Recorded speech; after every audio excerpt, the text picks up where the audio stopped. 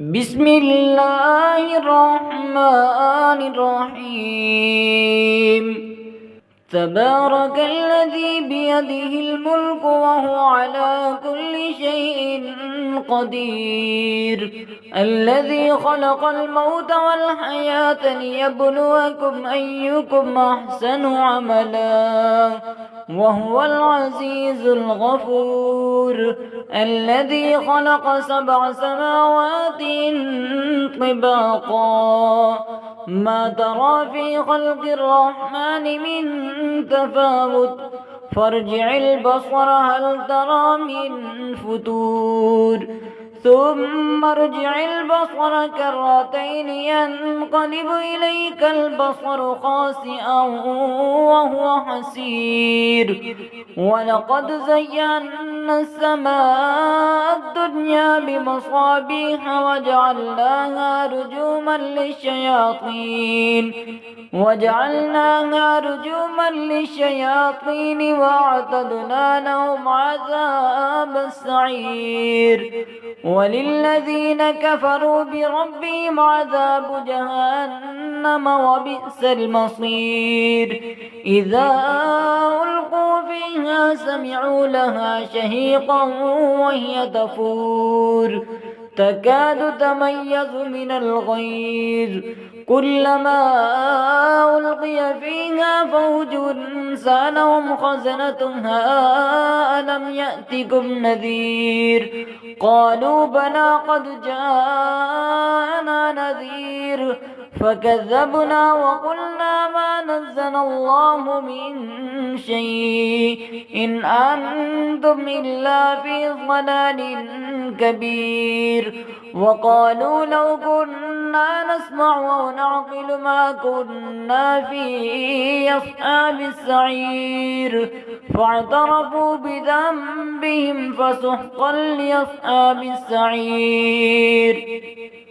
إن الذين يخشون ربهم بالغيب لهم مغفرة وأجر كبير. وأسروا قولكم أو اجهروا به إنه عليم بذات الصدور. ألا يعلم من خلق وهو اللطيف الخبير. هو الذي جعل لكم الأرض ذلولا فامشوا في مناكبها وكلوا من رزقه وإليه النشور. أأمنتم من في السماء أن يخسف بكم الأرض فإذا هي تمور أم أمنتم من في السماء أن يرسل عليكم حاصبا فستعلمون كيف نذير. ولقد كذب الذين من قبلهم فكيف كان نكير. أولم يروا إلى الطير فوقهم صافات ويقبضن ما يمسكهن إلا الرحمن إنه بكل شيء بصير. أمن هذا الذي هو جند لكم ينصركم من دون الرحمن إن الكافرون إلا في غرور. أمن هذا الذي يرزقكم إن أمسك رزقه بل لجوا في عتو ونفور. أفمن يمشي مكبا على وجهه يهدى أمن يمشي سويا على صراط مستقيم. قل هو الذي أنشأكم وجعل لكم السمع والأبصار والأفئدة قليلا ما تشكرون. قل هو الذي ذرأكم في الأرض وإليه تحشرون. ويقولون متى هذا الوعد إن كنتم صادقين. قل إنما العلم عند الله وإنما أنا نذير مبين.